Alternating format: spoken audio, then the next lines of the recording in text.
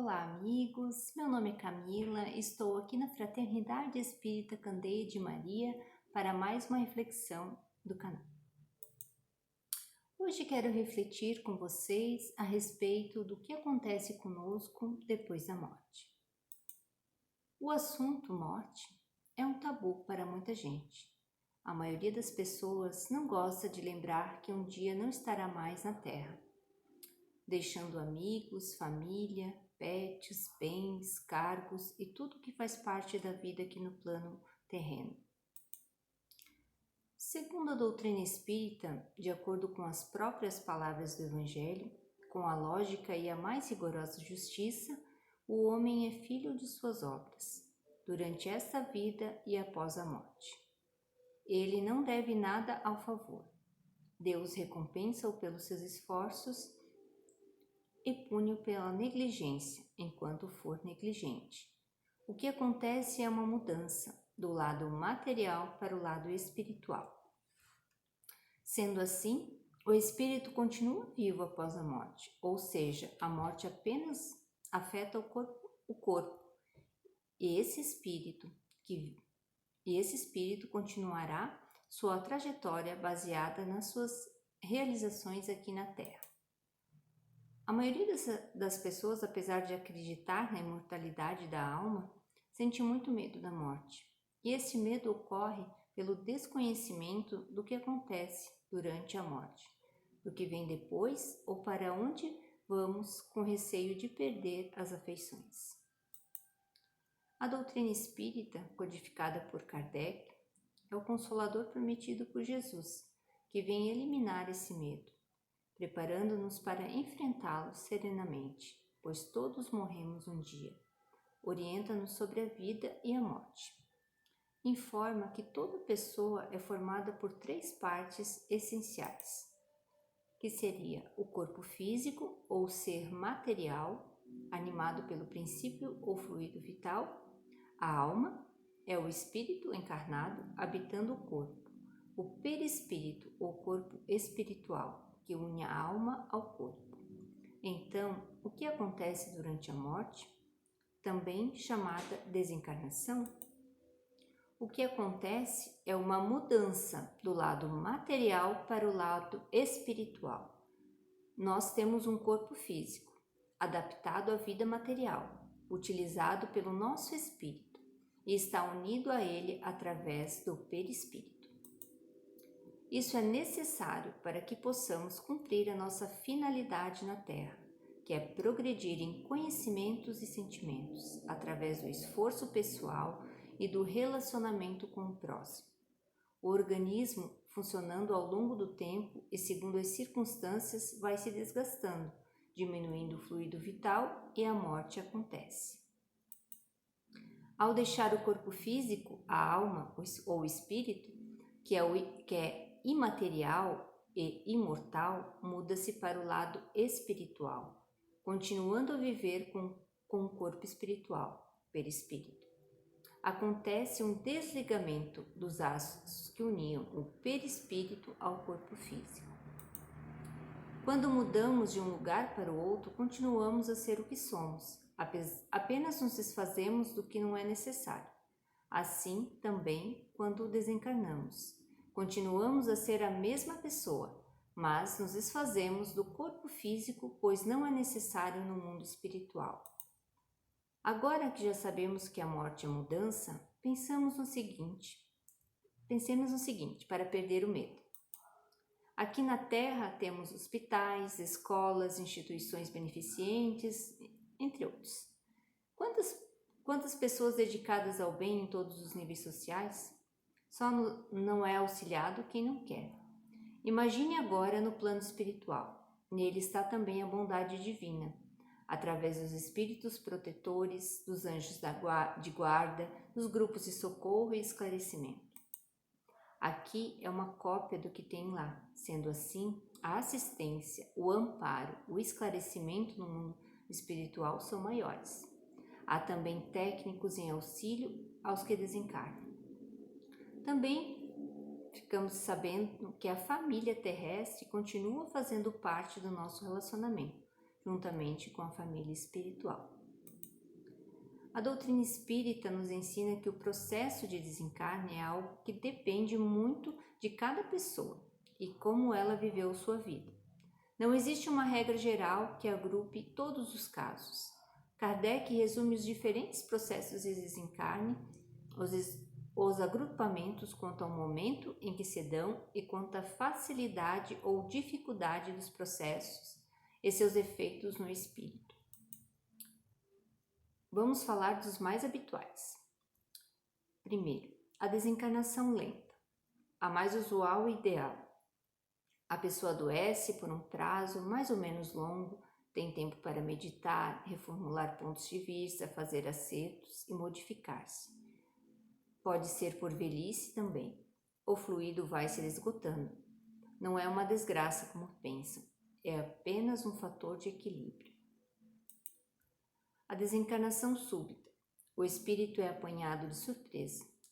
Despreparado, se não praticou o bem, fica apegado à vida material e às sensações físicas. As pessoas dedicadas ao bem com sinceridade não sofrem nesse tipo de desencarnação. A desencarnação coletiva, semelhante à súbita, mas em conjunto com outras pessoas, por meio de desastres variados. Não se dá por acaso. Espíritos com débitos ou resgates semelhantes reúnem-se para uma expiação coletiva. Na passagem da vida corporal para a vida espiritual acontece também outro fenômeno, a perturbação. A alma experimenta um torpor, espécie de sono ou desmaio, e por isso quase nunca testemunha conscientemente o último suspiro. A perturbação pode ser consciente, o estado normal no instante da morte, e pode durar de algumas horas a muitos anos. Depende do estado moral e dos atos praticados. Vai depender muito também do nível de consciência que a pessoa tem a respeito da vida espiritual. O despertar do torpor ou sono apresenta variantes. Primeiro, o espírito acorda ouvindo choro, lamentações, entre outros, de entes queridos e não se conforma. Isso dificulta a sua adaptação à nova vida. Essa situação só melhora com a mudança do comportamento de tristeza dessas pessoas, substituindo por equilíbrio, preces e conformação. O espírito desencarnante também pode expressar os mesmos sentimentos, chorando muito pela separação, necessitando também se esforçar para superar a crise e consolar os que ficam. Segundo, o despertar se dá em hospital ou casa de repouso, devido ao atendimento médico e aos cuidados que recebe.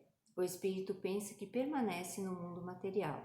É esclarecido, pode receber a visita de alguém que já desencarnou, ou então perceber a distância que se passa no antigo lar, sentindo que já não vive mais lá. Há espíritos que acordam surpresos porque se sentem vivos, sabendo que passaram por situações que iriam deixar a vida física, como doenças terminais, acidentes, entre outros. Também é um fenômeno que se verifica em alguns espíritos antes ou após o desencarne. É a revisão total ou parcial dos acontecimentos que vivenciaram ao longo da existência material que se finda. Seria como a exibição de um videotape, guardado nos arquivos do pretérito, documentando fatos importantes da última existência.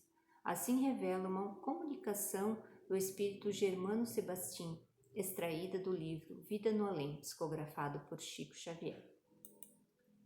Meu espanto foi enorme. Parecia que estava retomando os tempos de menino. Na mente aparecia uma paisagem de cravinhos e tornei a ver meu pai João e minha mãe, acariciando e ensinando-me a rezar. Mariquinha, revi tudo, a nossa felicidade, o nascimento dos filhos, os dias difíceis, o duro trabalho para melhorar. Quanto tempo o espírito fica no corpo após a morte? Cada espírito tem sua história e suas necessidades de aprendizado. E são esses fatores mais a compaixão divina que atenuam a nossa caminhada na Terra, que determina o tempo necessário entre as encarnações. Após o período de readaptação do desencarnado ao plano espiritual, ele começa uma fase que pode ser mais ou menos longa de aprendizado e revisão de suas encarnações, sempre com o objetivo do aprendizado das leis divinas e do crescimento moral do espírito. Caso os mentores espirituais achem necessário uma encarnação, esse processo é iniciado, com a maior ou menor participação do indivíduo que vai encarnar, segundo o seu adiantamento moral. E quanto tempo o espírito fica na Terra após a morte? Aqui a resposta é parecida com a data para o tempo que o espírito fica no plano espiritual após a morte. Depende do espírito. Em termos gerais, esse tempo depende do desprendimento do ser dos temas da Terra, de como ele levou sua encarnação no planeta. Se foi uma pessoa muito ligada aos bens materiais, que nunca cuidou do seu espírito, esse processo será mais lento, por conta da conexão de pensamento conexão de pensamento e vibração que o espírito tem com as coisas terrenas. Caso o espírito consiga contrabalancear as preocupações do nosso planeta com as questões morais e espirituais na hora de seu desencarne, estará mentalmente mais preparado para deixar para trás e seguir o caminho no plano espiritual. Um caso extremo é o suicídio, mas ali precisaremos de uma reflexão somente para esse tema. Para finalizar, gostaria de trazer um poema adaptado por Henry Scott Holland da Mensagem de Santo Agostinho, que diz: a morte não é nada, apenas passei ao outro lado. Eu sou eu, tu és tu. O que fomos um para o outro, ainda o somos. Dai-me o nome que sempre me deste, fala-me como sempre me falaste. Não mudes o tom a um triste ou solene. Continua rindo com aquilo que nos faziam rir juntos. Reza, sorri, pensa em mim, reza comigo, que o meu nome se pronuncie em casa como sempre se pronunciou. Sem nenhuma ênfase, sem rosto de sombra, a vida continua significando o que significou, continua sendo o que era. O cordão de união não se quebrou. Por que eu estaria fora dos teus pensamentos apenas porque estou fora da tua vida terrena? Sem nenhuma ênfase, sem rosto de sombra. Não estou longe, somente estou do outro lado do caminho. Já verás, tudo estará bem. Redescobrirá o meu coração e nele redescobrirá a ternura mais pura. Seca tuas lágrimas e me amas. Se me amas, não chores mais. Que Deus abençoe a todos. Muito obrigada pela atenção e até a próxima.